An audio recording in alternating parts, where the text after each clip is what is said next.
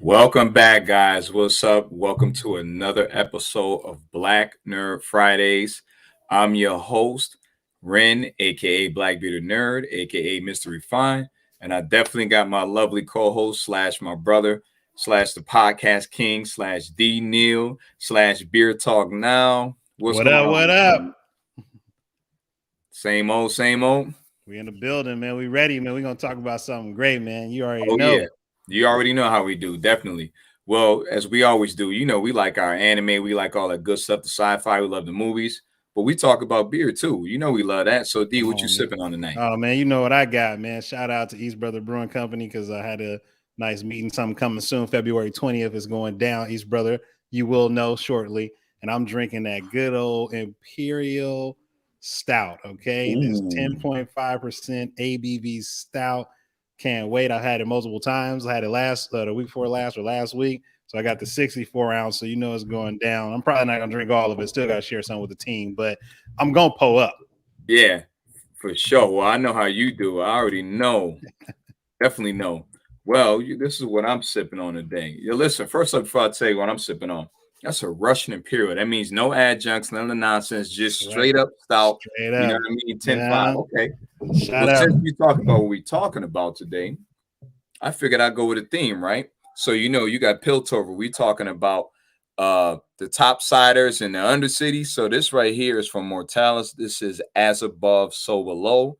So the can artwork on here is crazy. This is a stout brewed with coffee, 10% ABV. Shout out to High ABV Life. Shout out to Brick Terranian Beer Hut. I see you. You already know what it is. You already know the vibes. But we're gonna get into what we're talking about today. And we don't have a other lovely co-host, but it's all good. We rock out. So this is what we got Suds, going where you on at? No, I'm just joking. today. We got Arcane League of Legends. Hmm. Is control and power worth it? So as we always do, as we do on Yes. Black No, I'm Nerd just joking. Fridays, we talk about your good, you're bad, you're ugly. So let's get into that. So D, what's your Come good on? on, man. I This got it is here. man. I said it before. I'll say it again. This is hands down the best 3D animated series, I guess if you want to call it. Yeah, it is a series, 3D animated series. They did great with the emotions on the face. They did great with the movements. I mean, they did a whole bunch of things that made you be like, man, this is crazy. On top of that, the world and how they have it, at least within this city, is just amazing, hands down. And man, it's just to me, it didn't try to go above and beyond. It didn't try to go super extravagant. It was a very simple storyline. In that storyline, is not even overly complex. You probably will get complex in season 2 as you start to learn more of the history, and especially when it ties in with magic and how all that happened.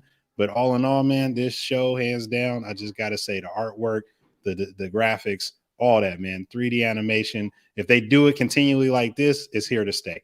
That's a fact. Mm, I like that. Very well said. And I must agree with you if I must say so myself, because as you stated, the animation, the emotions in that animation, I've never seen nothing like that before, specifically when you talk about 3D. Like, it's normally kind of tone deaf looking when Yep. he's showing it. Man, Yep. it was on point.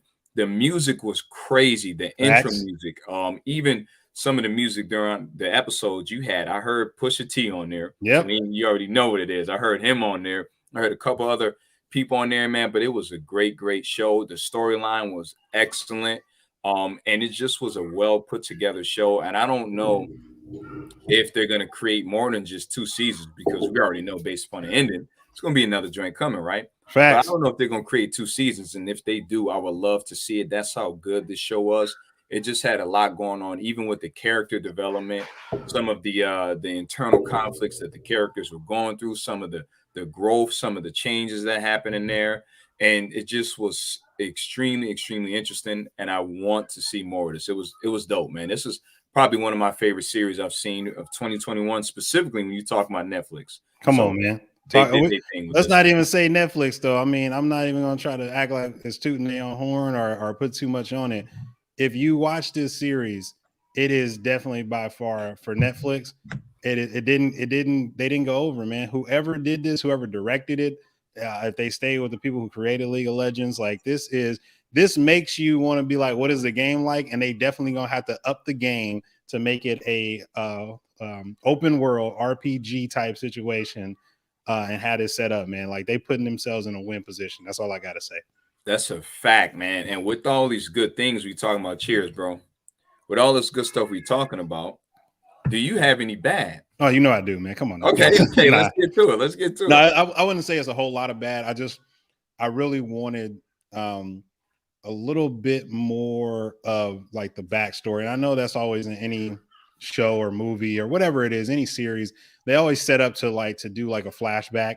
But I really wanted to understand this whole breakdown of this city and how it got separated between the have and the have-nots. But even deeper than that, it was just like what happened where, because on one of the comments, and I'm not want to do a full spoiler, but it's been out for a long time, as far as in this social media age, that just to have where everybody was actually, they were all one people, like even though they were all different races and ethnicities and what have you, they all came together under one common ground. And you get a flashback of what may have happened to make them separate. But I just wanted more backstory, because there's a lot of characters who definitely left that I would have stayed, or maybe just had a little bit more of their history before they had to exit. But that's the only thing on my bad. Well, I actually don't have any bad at all, which is crazy, right? Like, to me personally, it was just so well put together. I didn't have any bad, but I do have some ugly. It ain't too crazy, but we ain't gonna get there. I'm gonna let you get your ugly in, but I don't have any bad. I'm just gonna keep it 100. I have no bad. Oh man, that's good. My ugly, none. Man, my ugly is just the the stupidity of some of the characters, man. Like I mean, it was Jayce, whatever his name is, the engineer. Shout out to him. Like, I mean, his intentions at first were good, but he really just did not. He got elitist, man. He got into something that he ain't never had, the power, the people, the influence more so, and then it turned into him not using his brain or forgetting that, hey man, you just one cast or one level away from being like the people in the slums. And it wasn't just him. It was even the ambassador Neal. It was like this idea, like all of them, even the guys name started with an H, and I forgot his name. Excuse the kids in the background. Like they literally. Hold on one second. I don't want to say, hey kids. No, hey, you good. Hey. And they literally just really or like oblivious to this other side of the city. And it was just kind of like, how are you having these conversations about not using magic and what it could have done and what it could do, and how you can't use certain machinery because people are going to use it to their abuse, but you're not even paying attention that you got people in the slums that's like literally dying are just highly using drugs or any of these things like that. And it just really, to me, just kind of showcased how society is now. And it was just a great thing, but it was my ugly just because I was like, it was so much hypocrisy to what they were attempting to do. It was like, we're academia, we can be better than that, we can do these things, and people abuse things, but it's like, but you're abusing the same people you're talking about is going to abuse it, and you're abusing the workers and the miners and stuff like that in this show. Like, and you don't even see those workers and miners actually until towards the end of the series when they're doing something for one of the main antagonists, so you don't know what they're doing. And again, it's back to that whole worker bee mentality and that's enslavement mentality that society has, and it just really showed itself. So that was really my ugly. Shout out to Dr. Carr, because I already know where you're going with that. You already know. I already know. In class of Carr, you know what I'm saying? Every Saturday morning, 9 a.m. Pacific Standard, 12 p.m. Eastern Standard Time. If you ain't watched it, you need to watch. You got to check it out. But I'm not too far off with you as far as that aspect, but I'll say this is my ugly. Victor, which is one of the co-engineers / scientists and creators on the project of Hex-Tech, Hex Core, he was kind of zoned out on something, and he missed the opportunity, which later in turn ended up to someone having something bad happen to them. And I really did not appreciate that, because they show a lot of human connection in this whole series just overall. But the fact that you allowed yourself to be so into your work that you missed something so beautiful, whether it be physically or just a spirit that you let get taken away because you lost yourself in his work. so bad. So I was disappointed with that heavily, man. I'm talking You're disappointed in Victor out of all the people. That's who you disappointed with. I'm disappointed in him. Like there's more, but it just pissed me off, and specifically because the person I'm talking about is the assistant, the lab assistant. Okay. Yeah, so I didn't like that. I was gonna be honest with you, I didn't like that. I got you, man. I actually like Victor and Singed with the ED. You know what I mean? That was kind of one of my. I just like where they came from, especially Sing, because Sing was just diabolically. And I wish Sudz was on, because I love talking about scientists, man, and how it's like you got to have that borderline of ethics versus like progression. And I think didn't. And I think Sing, I think he had it as far as like we're gonna progress, because someone's gonna always block you or tell you it's no good. And what he said to Victor in that instance, and even though it may have been Victor may have taken it to your point in a way of like, because he wanted to find a way to be where he was not, to be whole. And he took that conversation and really spun it in his head so where it made sense to what he was trying to do, even though to your point, he did feel it was wrong to some shape, way, or point. But think about this aspect of it. And this is good. We can have a conversation. Let's think about this aspect right here. You remember what happened with him when he was little, and he had the scientist guy with the mutation, the little lizard, which was big and all that. The guy told him the mutation must live on. So let's just take that in perspective and say, here he is, I don't know, 20 years later, 15 years later, somewhere around that time frame, and he's lost himself with this quote unquote mutation, which was that gem that they had and the ability to manipulate what he needed to manipulate. So I feel like he lost himself in that based upon that experience as a child. Like there's a lot of things that happened in there, and he was poor. He was from the undercity. So he understood the worst of the worst. But I felt like he lost himself in trying to be better physically, as well as trying to get on the same level as that upper echelon society. So that's how I felt like he messed up specifically with the system when, he lost out on that. So I don't want to get too deep. I don't want to have no spoilers. That's why I said that's my ugly. Spoiler alert. No, just joking. Shout out to Sudz. Yeah, definitely. Shout out to Sudz. All right. So did technology really help the people of Piltover? Or topside? I'll say topside. No. I mean, I guess I got to word that better. I mean, the people, the topsiders, like technology helped them advance to what it was that they wanted to do, but they didn't give any. So yes, I'm going to say yes. Let me get my words right. Yes, that technology helped them, but that was it. And it was like, and even the technology that could have helped everybody, they didn't want that. They want that control. You know what I mean? They wanted to have that moat.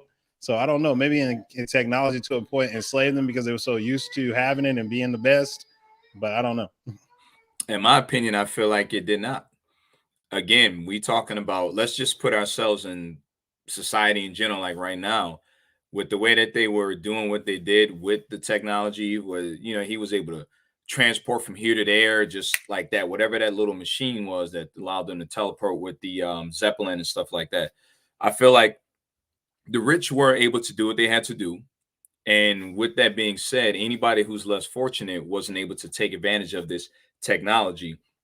So, of course, the people who were less fortunate but still were regular citizens of the, topsiders and stuff like that, they didn't get these benefits that the upper echelon, the creme de la creme of society, the bourgeoisie, if you will, they didn't get those benefits that everybody else had. So, the technology only helped those who had money or who are already in a better social status in life. So I, in my personal opinion, I was like, nah, that didn't do much.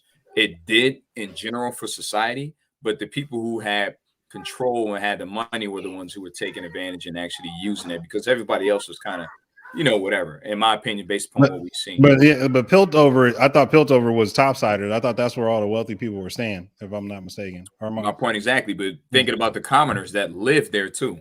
Everybody wasn't like that. Oh, you mean Piltover as a whole, as a society as a whole, I guess. I mean both. We can even use the undercity as a reference. You can use the undercity or topsiders.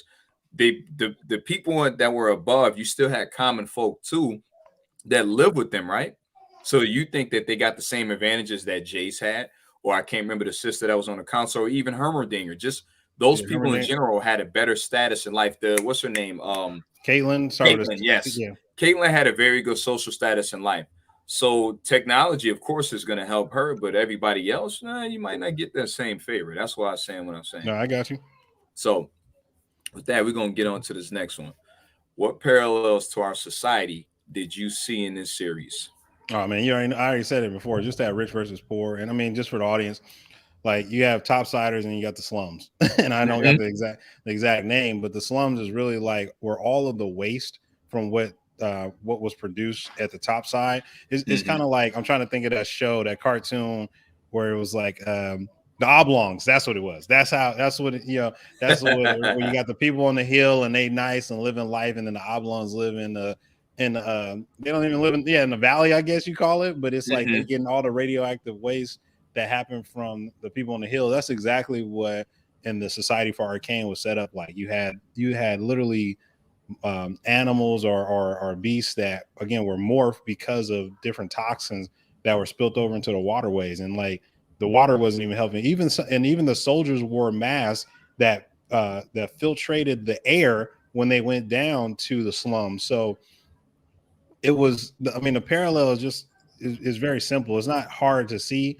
I know a lot of people are just like, oh, here we go again, as far as like always comparing society and these things, but it really does show that aspect. And when you had a chance, and I don't want to spoil, I won't say any characters' names, but when you had a chance to develop and really help out the people who really made your society tick, you didn't do it. I mean, so it was, and it was crazy. So I'll leave it at that. But this is why I said this is perfect, going off the question I said earlier. So I'll give an example. There was a book I read, and I can't remember the name of it. I had to do it like a kind of a report in my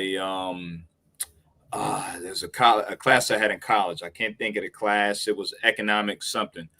Long story short, there was a story about these people that lived, poor people specifically, that lived in the Bronx. And they lived in the manufacturing areas. They lived over by these places that produce, whether it be plastic or whatever. They produce a lot of industrial stuff.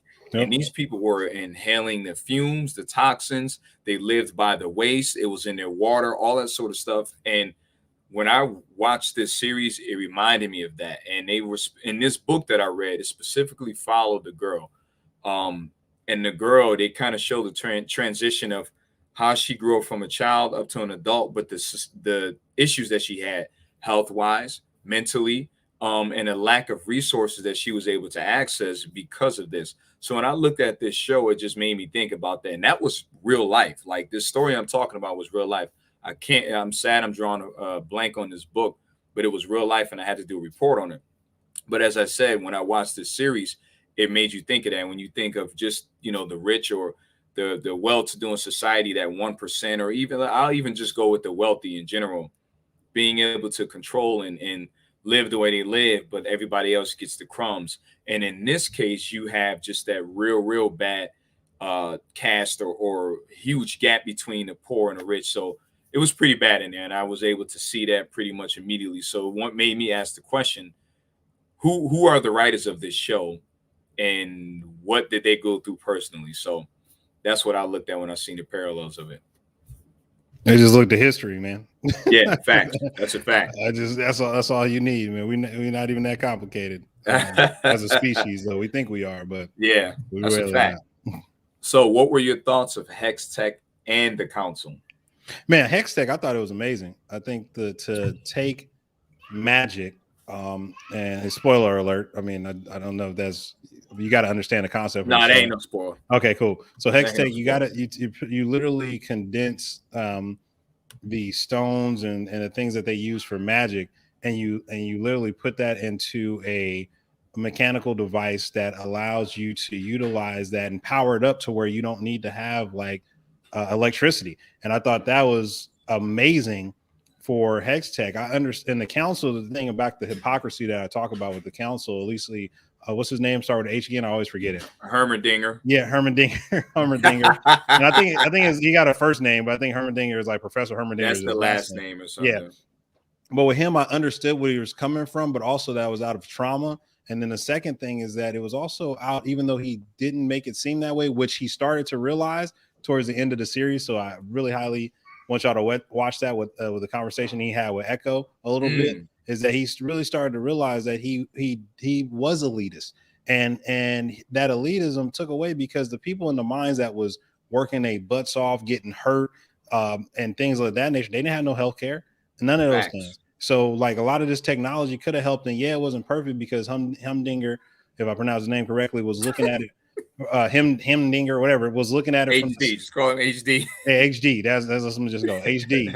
The mouse looking raccoon like dude, but I mean whatever. He was like a mixture or something, like a pie. I don't know what he was, but a fur ball. That's what it's called. But no, I really think he just missed the point right there, and I understood what he didn't want to happen because again he wasn't human, and he saw how humanity was, and he attempted to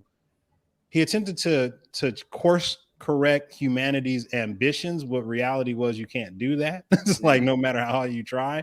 And this thing could have helped people. And yes, they may have started using it as a weapon, but there were so many weapons being used as you get on later in the series where you start learning about Ambassador Mel, or I call her Mel's mom, and that whole situation and how that flashback was one of the realest. I loved it. I love that flashback. That was one of the realest things. And both her and Mel were right. Mel and Mel's mom were right in that. But to continue with this question, like the council really was just being, and it was only Professor HD, Herdinger.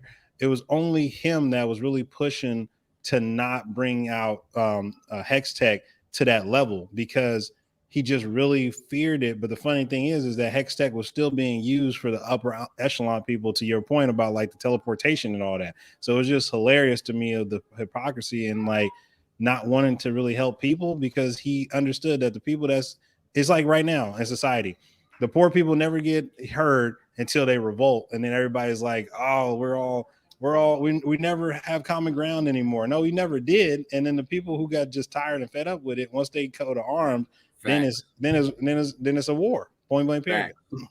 Facts. I agree with you. Hex-Tech I thought was a great invention and resource as far as technology wise, and given the right leadership, they could have done a lot more with it. As far as the council, the council was great, right? But they had a limitation because you have to remember Hermdinger was someone who lived. We don't know how old he was, but I think he was like 500 or something. He was very old. Yeah. He was old, so he had a way longer lifespan than humans. So he's seen the worst of the worst and some better times as well. But you have him who's kind of like the balance on there, and then you have the rest of the people, like the sister who had all the moving mechanical parts. Yeah, with the bald head. I forgot her name. I'm about to look her up. I have no idea what her name was, but you had her. You had a couple other people who were upper echelon. But when you think about politics, specifically in this case, a lot of it's not really. Oh, Shola. Yes. She had the fire outfit though. We can't even lie to her. Definitely, she did. That drone was lit.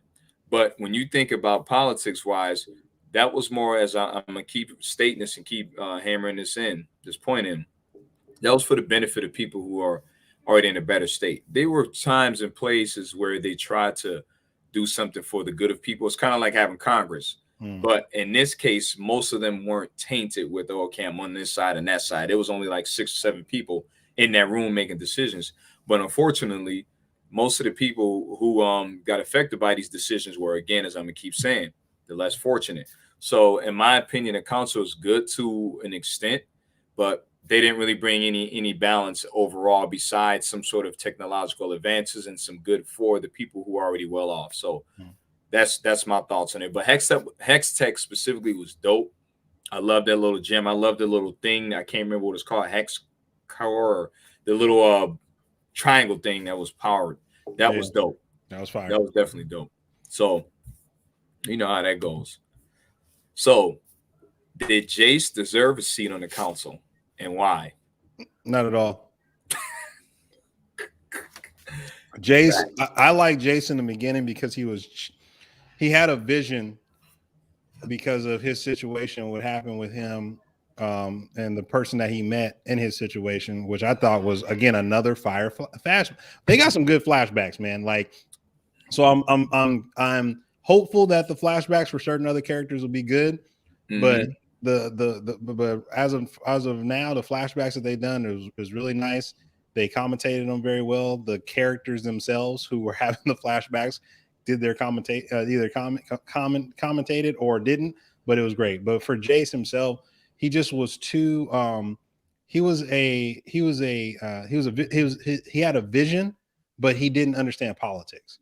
And because he was just on a path of discovery, and he wanted to experiment, he wanted to really find things. He had good intentions until he got blocked, but he didn't know how to articulate himself, or even his perspective on how to make these changes to help the people that he wanted to help.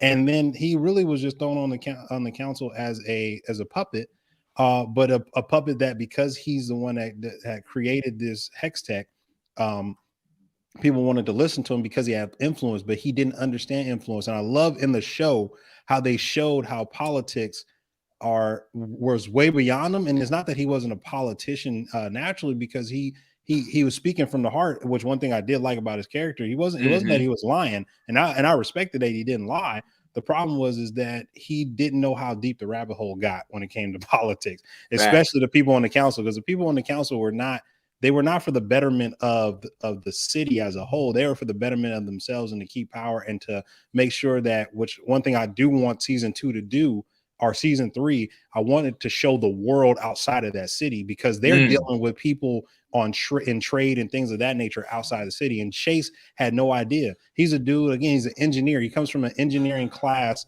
family, and he still had to get, because they had no money, he had to get sponsorship so that he could even go to the university, and he had to get sponsorship to live there, because, again, back to his situation that happened, that I don't want to spoil alert anybody, but he literally had to, it was not through his own grit and grind, it was through someone else's charity. And again, everybody needs help, so not knocking him for that, but the reality is because he saw a world where he was very subservient, and when he got into power, it was like, I want to keep what I have now. I've never had it before, so I want to keep that, and I want to protect that, but not understanding how the whole world around you works. So yeah, he definitely didn't deserve any seat on the council whatsoever. He needed a good with HD. He needed probably another 10 to 20 years with him of a debate, and then also pushing for his ideals, so that he could grow and strengthen into looking at things on the right. I mean, it's the your side, my side, and the truth, and he was only on his side, and that was it. Okay, well, I'll say this: Jayce definitely, I'm gonna say he did deserve a seat on the council, and the only reason why I'm agree to that is his intelligence allowed him to outthink even Hermdinger, and to an extent to say, you know what, your time is what it is. It's time for me to slide in here. They had already voted for him, but the fact that he did what he did. Now, as you stated, he had to get sponsorships, aka kind of like a scholarship, to go to this prestigious school, et cetera, even though he came from a family of engineers. But as far as a politician wise, he did not have the know-how, the navigational skills to deal with these people who are of money and influence and power. And he got kind of showed the ropes by Mel, who was I'm going to say a natural politician herself, but she came from, let's just keep it 100, like a warrior class. Bro, her mom, I can't wait to talk about her. Yeah, her mom was something else. So when you looked at that and you notice how he was able to talk to these people and make deals, and as I'm gonna say, bust some moves to do a couple things, he was able to transition and be someone of importance on that council. But at the same time, the same thing I'm gonna say about Victor, Jayce kind of lost himself in that tunnel vision of what he was doing, his aspirations to make this city just so great, so good. But he lost track of and lost sight of everybody else around him. He forgot where he came from. He forgot his humble beginnings. And now he's up here and everybody else is down here. And he realized that again once he went down there and he had to deal with Vi, and she's helping him out do some things down there in I'm gonna say the hood. He was in the hood doing what he had to do down there with that big hammer and stuff. But to get to my point, he lost himself, and by the time I feel like he might have gained a little bit of knowledge on what to do, and he really didn't, it's about too late. It's about too late on there, and we're gonna have to find out on the next season what happens with this transition. But overall, I'm gonna say he did deserve a seat on the council, because the young man was very smart, very talented, and had a natural kind of leadership ability inside of him that you don't have to kiss butt or be born into the right family. to kind of make transitions, to make moves or make boundaries and jumps in your life, and he was the person that did that. All right, so do you think Silco was truly evil? Man, Silco was a beast, man. Like, I mean, but it wasn't it wasn't even him, honestly. Like, the person, like I said, that I like more than Silco, who was actually the one really driving the story, but nobody would. He wasn't seen as the antagonist, I guess, is going to be Yes. Singed. Sing was he was the mastermind, bro. Like, Silco was just had ambition to not be seen as less than. He wanted to show the dark side of the topsiders, you know. And so was he a villain? Like, no, he wasn't a villain in that sense. I mean, like, they showed him as the antagonist, but honestly, he was influential because what he went through on the first war that they showed. It was kind of like, okay, cool, but like Sing was way more.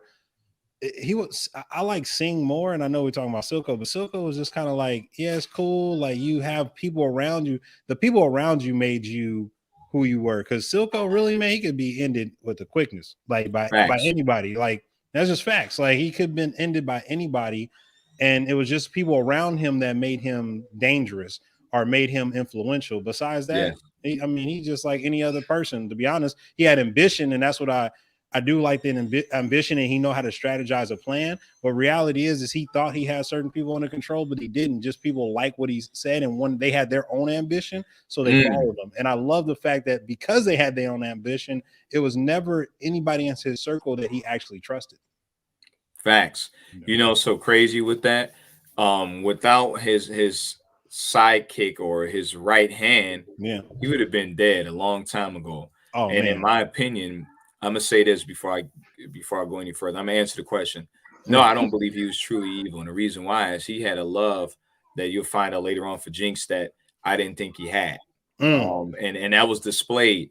And you know, when that first happened, I think their first interaction with each other, where he was kind of forced to deal with her, softened him up a little bit. But if you even backtrack a little bit to his background of what happened prior, his backstory, he seemed like a good guy. Yep. He got backstabbed, and that kind of gave him a little bit of vengeance and stuff he was trying to do later on, get some get back on who he wanted to get back at. That's a fact. Overall, I think he was a pretty decent person. He had the right ideas, as you said. He had ambition. Just some bad influences, some bad experiences that made him do what he wanted to do. But at the same time, we talking about the lens of what we consider good, or who is the protagonist in the story, which would be all the people of Piltover who have all that paper and stuff, the topsiders who have money. So he's the bad guy to them, right? But in reality, he's only trying to do something, as you said. He's trying to expose them for who they really are.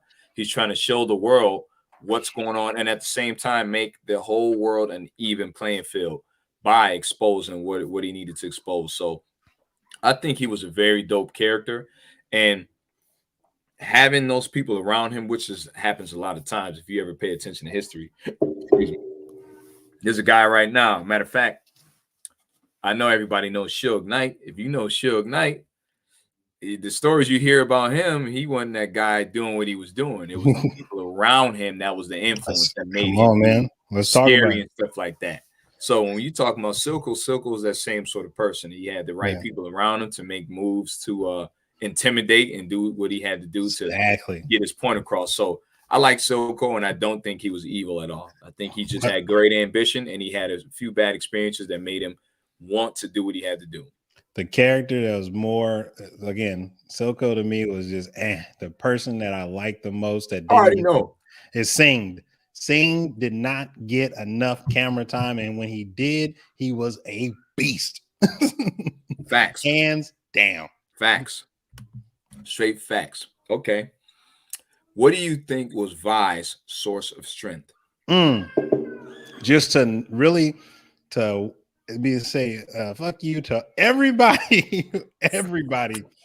Like, that's what I like about Vi. Vi was like, nah, I'm about to use these fists and I'm about to whoop your ass. Okay. And not only that, but it was just like just in her situation, it just was like I saw it firsthand, and I'm left with this, and like, nah, that ain't gonna fly. Like, it just ain't gonna fly. That it was just her. It was just her willingness to, not even willingness. It was her understanding that, and really without her saying it, and at least in my opinion, is that power rules all. And the only way you're going to be respected, or only way you're going to get that power, is if somebody in front of you who may or may not be abusing it, or somebody in front of you who's using it the way that you don't want to use, and it's affecting you in a negative way, you got to go take it, like point blank, period. And that's just how she was. She had a lot of, and her complexity was not overly complex. It was just very, it was, to me, it was even like very simple as hers. Like she had feelings to where she had empathy and sympathy for people. At the same time, she was like, she know where that empathy and sympathy could get you in the slums. It gets you dead. And it's not even about the people in the slums. It could have been the topsiders who was coming to have a good time, and then they just X you out because you saw them having a good time. So shout out to V, and shout out to the fist, because that's what she was. Yeah. Vi was a beast. She was a straight beast. I'm talking about her hands was crazy. Hand game was bar none. Yo, it was nuts, man. But I'm gonna say she drew all her source of strength from, first off, and this is not a spoiler alert, the intro. Yeah. Oh no, that's a fact. We on the same page. Parents gone. So she's raising her sister, and she has a group of friends that she's riding with, and they all from the slums. They all from the undercity. Right. So she is doing what she has to do to survive, and that is learning how to fight, learning how to defend for herself, watching out for her younger sister, and making sure that they have enough to either eat or survive day by day. And she was a very, very, in my opinion, complex character, because as tough as she was, she had a soft spot, and that soft spot was Powder, aka Jinx. So watching her grow and develop as a child, young teen, I'm going to say, to pretty much an young adult, was just very, very interesting. And I really would like to see more of their backstory, hopefully in season 2. And if it goes right, maybe even season 3. She was crazy, man. She just had herself well put together. She had a very great teacher who taught her how to kind of tuck things aside and do what you have to do to keep going. Yeah, Vander was nice with it, because you know what he was doing. And I ain't gonna say much on that. I'll let the people watch that. Yeah, Zach, we gotta let you gotta go see this. Arcane. You gotta watch this. Seen it, you're doing yourself a disservice, and that's a fact. That's a fact. So Vi was definitely that person, and just watching the relationships that she had, even with that little team she had when she was younger, was crazy. And she was always like a natural born leader. So we knew where her source of strength came from. And I just, like I said, I really like and enjoy watching her grow and watching how she was able to pretty much overcome anything. I don't care what it was. She was like, you know what? There's another day. I got another chance. And you know what? We're going to have round 2 of whoever I got an issue with. That was what I like. Round 2. You might have got me. You might have got one, but you want to come on, bro. Let's get it. She like, let's go back. We got to run this back. Run it back. Multiple times. She did not care. All right. So here's one of my favorite questions.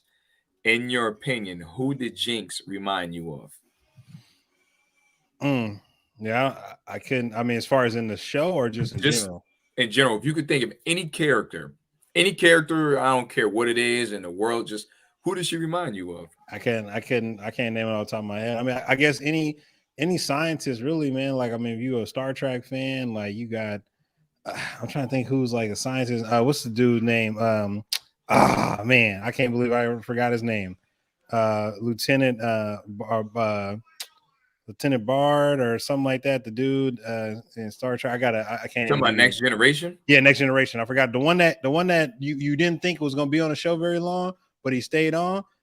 He had even an episode where he got hooked up to he got the alien from way across. I've never finished Next Generation. Oh, you gotta finish, man. Yeah, I have to finish. I think it's Lieutenant Barton or something like that. Yeah, that's who Jinx remind me of just someone who constantly had this gift for just like not just engineering, science, all this stuff. It was more so engineering. Yeah. And it was just like, man, it was just beautiful because she was constantly learning, like constantly wanting to do better, constantly updating her her gadgets. It was something that I mean, I can't really pinpoint exactly who she could, so I can get to the audience who or the community who she would really remind me of, but she just reminded me of a scientist or engineer that wants to push it to the level and make things perfected. Always want to make it better. Like had multiple, she had her favorites, but then she had multiple other inventions that were just either working or subpar that just was like, okay, how do I make this better? So that's all I'm gonna go with that. I got one. Suds would be pissed off she ain't here for this one, and I'm gonna tell you why. Jinx reminded me 100% of Joker, specifically the Heath Ledger version.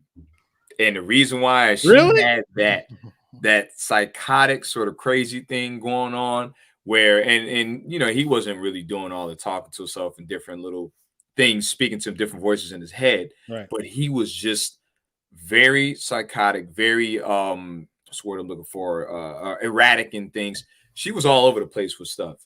Very, very intelligent as far as their creation, her invention aspect. She was able to do a whole lot of things to create stuff. And with Joker, if you know his real story, we don't know who he is, right? As far as Batman, we don't know who he really is, but you understand his IQ is off the charts, as well as his aptitude in physics and science and stuff like that. So that's Jinx, right? But she also has that crazy side, which you've seen later on in there. And man, it just blew my mind watching her. She was the star of the show to me. Everybody else kind of, whatever. Jinx was the star of the show. She was just on point with it. To watch her grow from a little girl, you know, that everybody thought was helpless and stuff, to this person that was pretty much the average person. There were people who knew about her. They knew, like, if you know, they like, oh shoot, we want to stay away from her. She with that boy right there. We ain't messing with her. Yeah, you know what I mean? It wasn't even him. It was her. You know what I mean? Like, man, we got to get away from her. Like, exactly. When they first showed that transition of her, later on when that little fight scene happened, and I was like, oh, so they show that, it messed me up, man, and I was hooked from then on. But I kind of figured that's what happened based upon her intelligence and stuff, and then who she linked up with after, you know, she separated from the people she was originally with. So it just was crazy, man, just watching that transition in her. Yeah. Telling you, bar none, one of the best. So this is the win for 2021 for Netflix, man, hands down. I mean, yeah, I like The Witcher and all that, but like, and I like In Data Dragon's Blood, like, you know, that's the show that I enjoy. But this right here, man, like, you can watch this over and over and like not be disappointed on the season and catch probably a couple of things that you missed from the first watch. So shout out for sure. Facts. So did the council make the right decision? You talking about at the end? Yeah, they made the right decision at the end. They just, I mean, I got no spoiler alert, but no, I think that again, the conversation, this is back to Jayce and his growth. Again, he gets to see the world for what it is and not just in this bubble. And I think the topsiders had this bubble, but the council, what the council is realizing is like, we put, I mean, it's very simple to me. You cage someone or something, and then you expand the cage little by little. You make them work. You throw them back in the cage. You make them work. You throw them back in the cage. You give them tools so that they can work, and they start. And because you keep throwing them back in the cage, they start to take those tools. And when they take those tools, they're trying to figure out a way to get out. And then after they figure out a way to get out, they're thinking about all the times that you have abused them, used them, and they're like, "How do I get even? How do I get back at you?" And it's going to take time. And so as that time was building, and you as the elite, or you as the master, or the one that's in control, or you think you're in control of this, locking this person or thing or entity in and out of a cage, you get comfortable. And I think what the council, what they realize in the show is that they thought things were just, we can take care of it. We can just go end it. But if you end it, then you don't have a workforce. And if you have a workforce, not one of y'all going to lift a finger. You're going to have to find someone or something else to workforce. But as the show alluded to, is that everything ain't sweet across that water. Like everything ain't sweet across that water. There's a lot of other factions that's coming for your head. So what do you do? And I think that the council made their choice after realizing, like, oh, this could be end of life. Like they could really do what they could really create something to where we can't hold it down. And that's the thing. They were just too comfortable in their ivory tower to see what the real world is doing. So that's what I got to say about the council.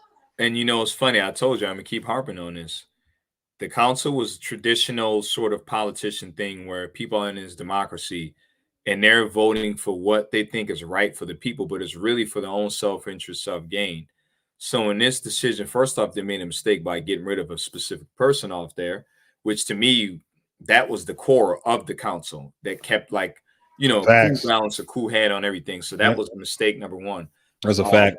Mistake number two is allowing yourself to kind of be manipulated by Jayce. Jayce was young. He had ambition. He was pretty much the he reminds me of a specific character. I can't think of it right now, but he was the young person that had the young blood, fresh blood on the council.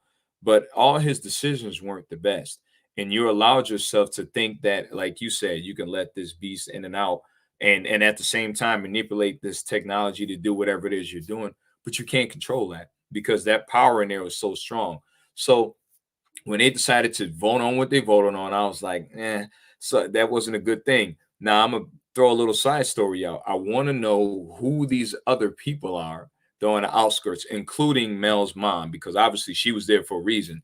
You know what she was there for. You know what she wanted. Obviously, there's something bigger going on behind the scenes that we're aware about. But like you said, they kind of alluded to some things happening in the future.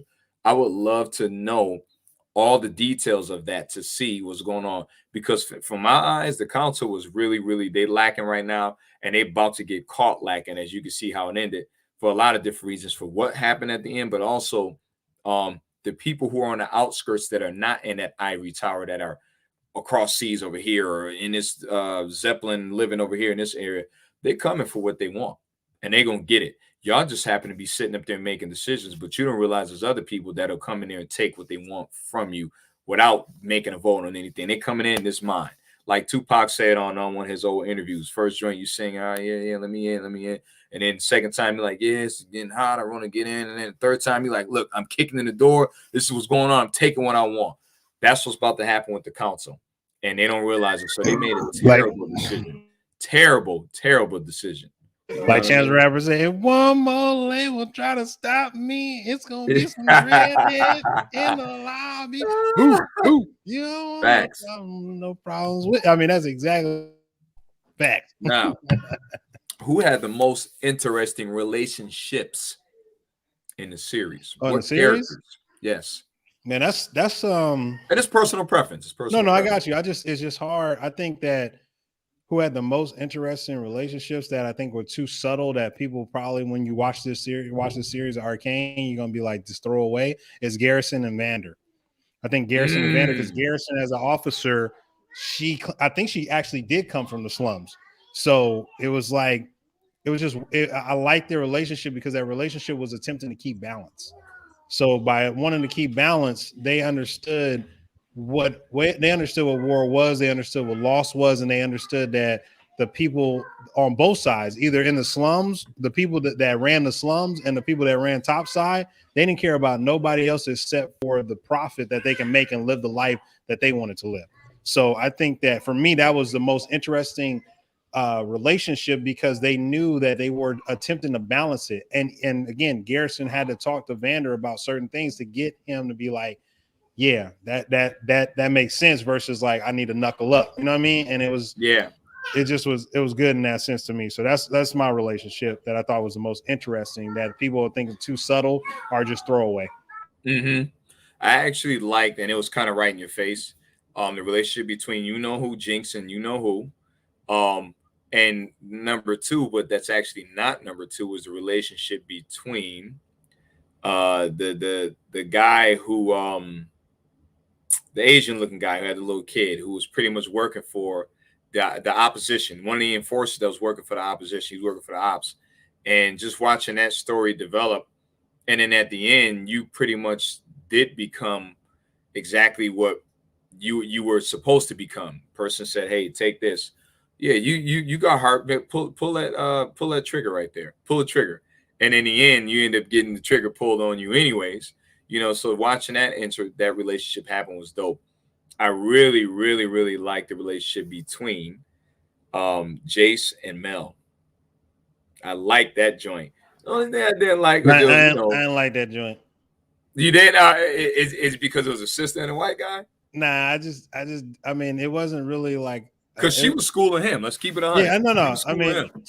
she was. I just think that again, it was always about positioning the pieces on the chessboard to work for what Mel wanted. And Jayce, although Mel is beautiful and she exudes confidence, and she kind of bends the council to the whim because she knows people's intellect and where they are and how to manipulate the situation and utilize that to her advantage. Which again, shout out to Mel.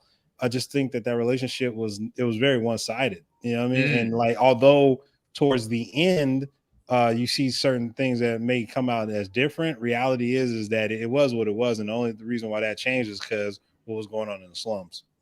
Okay. I like that. I definitely like that. I can't say 100% agree, but I like that answer. Now, thank you. I appreciate that, Mr. Refine. You know, hold you down, brother. Hold you down. You already know what it is. Now, let's get your thoughts on the end. And it's our last question for the night. What's your thoughts on the end? You know, without giving spoilers, obviously. I mean, it was a great cliffhanger. Can't wait to see what happens in season 2. I don't think that what happened will be what you think the outcome would be. Of course, because again, that was just kind of in the series, right? It wouldn't keep the series going. But I do hope that they do push it in a way that where characters who you think from the end should or should not be in season 2, it's a flip. So the characters that you enjoy or think should be in season 2 from the ending actually don't show up, and then it just puts everything more into chaos, man. You know, I love watching a show where a whole bunch of chaos, man. So yeah, that's why you like The Witcher. That's right. I love The Witcher, man. It's straight because there is no good guy, bad guy, you know. And I think it's not. And I think for this ending, I would love for the people and the people or the groups that I think will make it. I don't want them to make it, so it makes it even more intriguing. It makes it harder for the writers to actually show their chops. And I hope they do it, but I know they're probably not, because again, everybody already, if you watch Arcane, and I keep saying as you got to watch it, you're going to really be rooting for certain characters to live or die or not be there or be there or want more. And I just hope it just flips people on the edge, just like the Red Wedding in Game of Thrones. Like, facts. Ooh, great reference. Yeah, I hope it does. Great reference. I hope it does. Yeah, I agree with you on that. I'm looking forward to. I don't think it's going to happen. I think we're going to lose some people based upon how it ended. And some of them we about to lose. But I think that the most pivotal characters there will still be around. And if that doesn't happen, like if we don't lose anybody, it's because somebody else comes in there and says, with something else that says, no, we're going to get this out the way. I think that other person might come in there with some special ability and then be able to maneuver some things around where it won't happen. That's just my opinion. But at the same time, I think would be trash if they did that. Yeah, I agree. Because we need to see some loss. Like we need a reality, dose reality for these people living up in this council. We need that. Get that gut check. Chaos Get going that gut check. Yeah, I need some chaos going on. I need a reality check for these people, because right now they lost. They out of touch, man, and they've been living too good for way too long. But I also didn't expect for this person to come out and be doing what they're doing, like that transformation with this person after being injured and coming back, and you was like, ooh, okay, you really out there like that. And then, you know, how it ended, definitely huge cliffhanger. Like, you know, I'm going to give another reference to Game of Thrones, Jon Snow getting killed. If you haven't watched it, well. Yeah, it's 20 years. Like it's 20 years, man. Come on now. Yeah, facts. So he gets killed, and you waiting on it, and you're like, dang, what's going on? What's going to happen next season? I got to watch next season. That's what this did to you. And it did it, and it left you with some dope music. 10 years, my bad. Well. 10 years. So this is an excellent series. We both recommend that everybody, if you have not watched it, you must watch this. It's something that I didn't see Rotten Tomatoes, but I believe Rotten Tomatoes gave it like 98%, something like that. It's fire, bro. A lot. And sometimes, you know, a lot of times they be off because that's other people's opinions on a lot of different things. But no, they on point with this one. This was an excellent series, and I really like to see more of it. I want to see backstories. I want to see side stories. I want to see Mel's mom's backstory. I want to see. Come on, bro. Shout out. I had to look her up and get her name right. Ambiza. Shout out to Ambiza, the queen. All right. Shout out to the queen.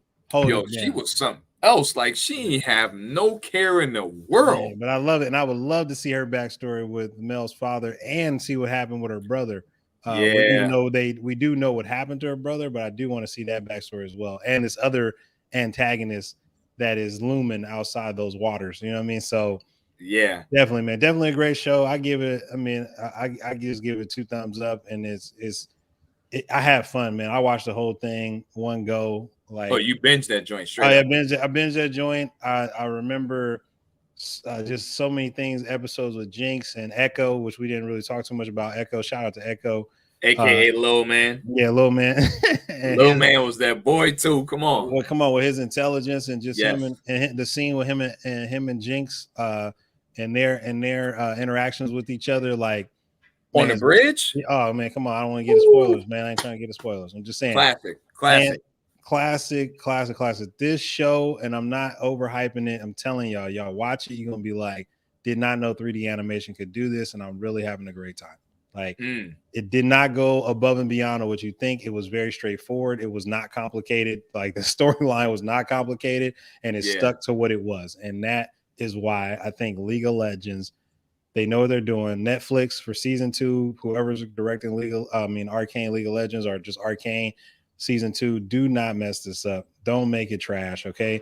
Don't go above and beyond. Don't try to make it bigger and better. Just stick to the storyline and make sure that you tie in things correctly. Then if you're doing the fight scenes, you can make the fight scenes bigger and better. Just don't make them longer. Just make them concise like you did. Like, keep it condensed, people. That's all we're gonna say. Keep it condensed. Facts. Well, with that being said, this is my last episode for the month. Come on, which is great. You know what I mean? Next month.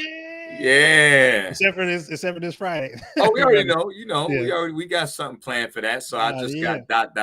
I got something planned. He got something planned, Mr. Refine. Hold me down, Mr. Refine. Yeah, got something planned. We got some special guests. We don't have a specific topic. Oh, yeah. We got some special guests coming up here. Good times. And I'm gonna say this is Black History Month, so that's gonna be a great start off to the month. It's gonna be a great start off to what we like to do on the side. So it's gonna be a very good thing. Y'all gotta be here. It's gonna be several people on here, several big names, several people that we just make sure the logo's shining, make sure that the background fire, you know what I mean? You already know what it is. It's gonna be lit, man. It's gonna be a very good time. And I can guarantee you Dr. Cell's gonna be here. She's gonna want to be here for this one.